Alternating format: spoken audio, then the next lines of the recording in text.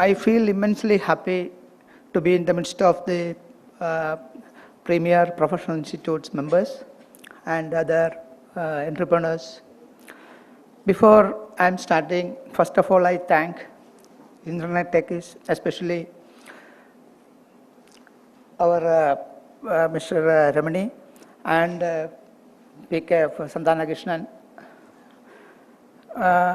When I was talking with him, he was telling that he has started as a startup, and you can see that the energy level. I highly enthused that the energy level. Yesterday also I met him, and the way things are, he is envisaging and how he is planning the things. And this is one of the basic area of security systems also, the planning and how the things has to happen. And I am sure that the security system or the security area will be one of the challenging area of entire, not only in the banking system or any kind of e-transactions is going to happen. We might have seen that for the past 2-3 months, how the things are happening. And in the media or anywhere, what is the laws is happening, nobody is able to know that. And because it is a part of reputation system. So the area which he is taking care, I feel like that more and more companies has to come. Then only our Indian security system or e-security system can be arrested. I don't see any other appropriate forum to discuss about one of the most talked about the topics, that is our country cashless economy. During the past last year, we might have seen that not monetization, and during that time only this cashless economy concept has mainly started, and it is reached up to the rural level. From the days of brick and mortar banking, we have moved a long way forward, with the banks on the one hand vying with another to offset the most efficient services, and the recipients on the other come with ever-increasing expectations on the quality of the banking service. Keeping with the times, the government of India has taken a giant leap towards transforming our society to cashless or less cash society. It is true that we may not be able to reach 0% cashless society, but we can reach less cash society. After the demonetization move in November, December last year, tremendous push has been given to digital banking initiatives with the principal aim of charting the course of our society to a cashless society. The main objective behind this process of transformation is to capture the maximum amount of transactions in the formalized accounting so as to phase out the dreaded so-called parallel economy, which is reportedly prevalent for many decades in India. As you being a part of the professional fraternity, I need not elaborate on the evils effects of having such a parallel economy. Such an undesirable system will have the larger effects of not only proving to be the greatest stumbling block for accelerated economic growth, but also is a spoiler in distribution of economic wealth among the citizens. At this juncture, I would like to have some few facts.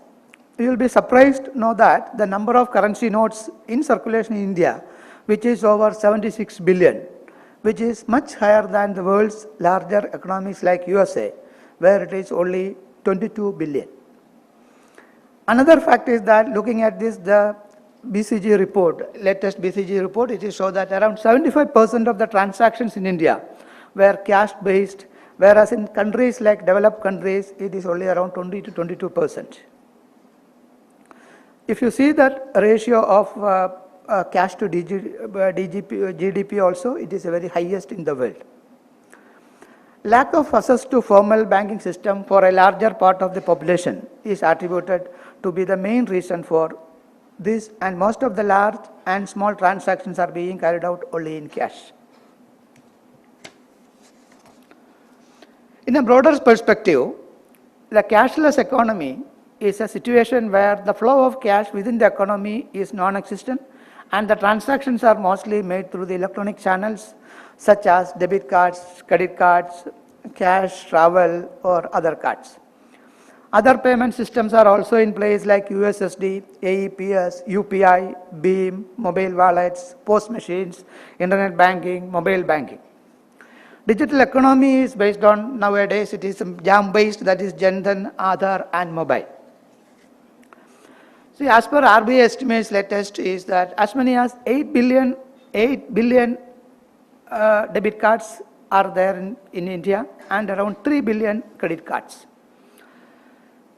Here, the important point to know is that the number of operational cards is much lower than the issued cards. This is the only basic cards. The operational cards may be maximum 40 to 50%.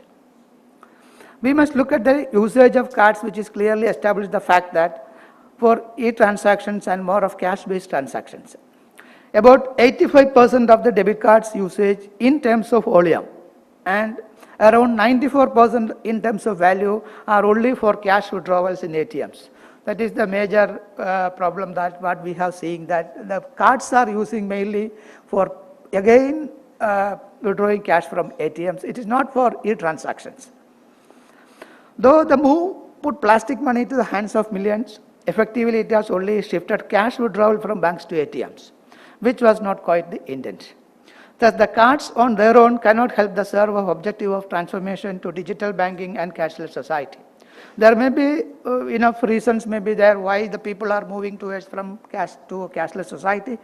One is habituation, another is ease of use, other no extra cost. Because in use of some of the banks, a number of banks are using post-transaction charges or ATM withdrawal charges, because over a period of time, the value of money is becoming zero because of the different kind of transactions. And the bank is also looking for that, how to reduce the cost of transactions and how to pass on to customers. Another main area is the insecurity. Here, Internettechies like people is going to have. This is the one area where people are not using the mainly e-transactions or cards because of the security issues. And another area is tax evasion. Now, once the GST regime is coming to the picture today onwards, and these tax issues will be, most of the issues will be solved. Other hurdles which are the problems are increased level of cyber attacks and skill development of workforce in banking system, and changing digital landscape and financial literacy. This is one area where bankers as well as the government also looking at that financial literacy issue. Usually the conferences and other things are happening in 5-star hotels or like that.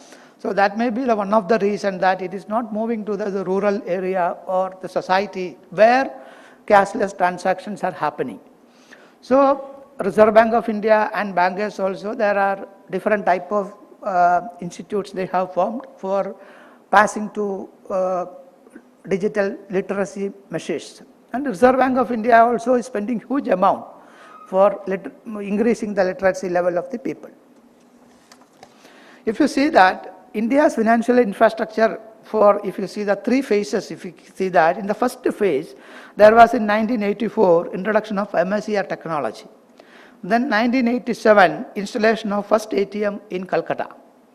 1988, computerization of settlement operations at clearing houses of RBI. 1998 to 2000, implementation of CBS systems. In the second phase, the initiative is taken, introduction of internet banking in 2001, national financial switch in 2004, and 2004-5 RTGS and NEFT introduction. 2007, mobile banking launch, and 2008, check truncation systems. Third phase, now we are in the third phase, and technology initiatives like immediate payment, IMPS transactions, and adoption of ISO 20022 messaging standard in the next generation RTGS systems, JAM, USSD, RuPay card, Bharat bill payment systems, UPI, payment banks, mobile wallets, and now the latest is 2007 BEAM application, Bharat interface of money. See, we are sure that a look at the 3 phases will certainly help us to understand the faster emergence of revolutionized e-banking concept in our country in the last decade, more specifically in the last 5 to 6 years. As a banker, we see that with the emergence of eKYC, it is no longer necessary to know your customer or payer physically, as the payment model has evolved to beat the limitations related to physical presence. In the entire process, the payment ecosystem has become less of a physical presence required banking and more of faceless payments ecosystems. And these Aadhaar-based payments, now banks are starting, all payment systems are converting from the Aadhaar-based systems. Around 90% of the Aadhaar cards are issued, and two-factor authentication or three-factor authentication to cope up with the present security systems is already going to happen. There are certain challenges what we have seen, that why that the e-payment systems or the card-based systems are not improving is the multiplicity of the cards. This is one of the area where banking system or national payment NPCI is thinking of that. Most probably in 2007 itself, I think in Western country it may happen that one single card is going to happen that, and NPCI also is working on that. How this debit cards, credit cards, nowadays you can see that somebody's wallet is open. Minimum 1 dozen cards will be there in the wallet. And thinking of these security pins or that type of is very, very, very difficult. We can see that when the card is swiped, they will ask, instead of debit card pin, they will give the credit card. Most of the time is wasting for the pin change.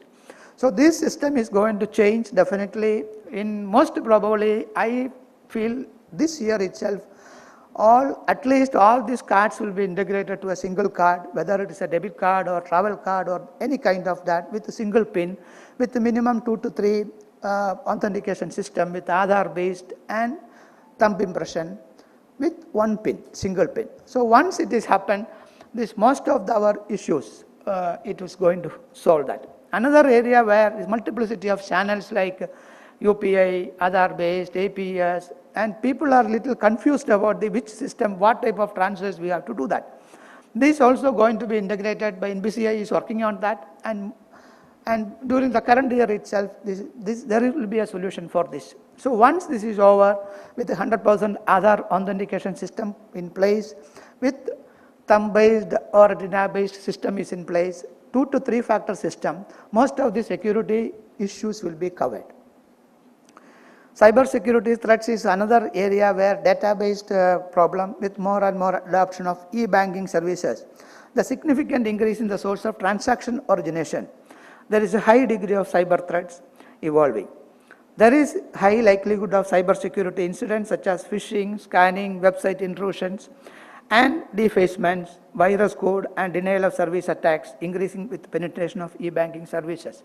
There, our people like Mr. Ramani and Internettechies definitely is going to help, and bankers also taking their help for this type of ethical hacking or other areas.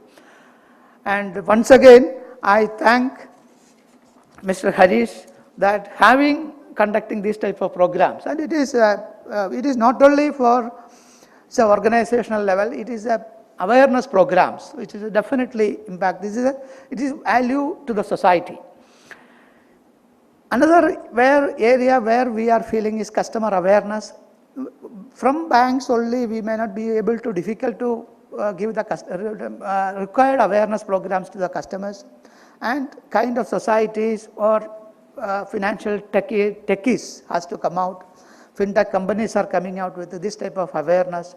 With this, I think that we will move forward the current year itself, in 2000 itself, definitely with the introduction of the GST and other systems in place. There are certain banking also, there are certain programs are in order to cover up these security systems.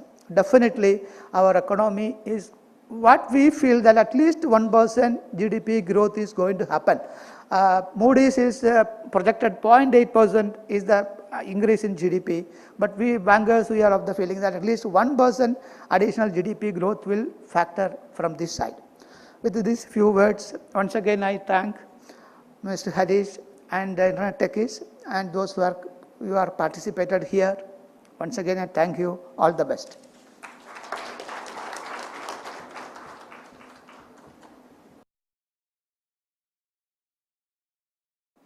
Thank you, sir. May I request Geeta Harish to present a memento to our chief guest.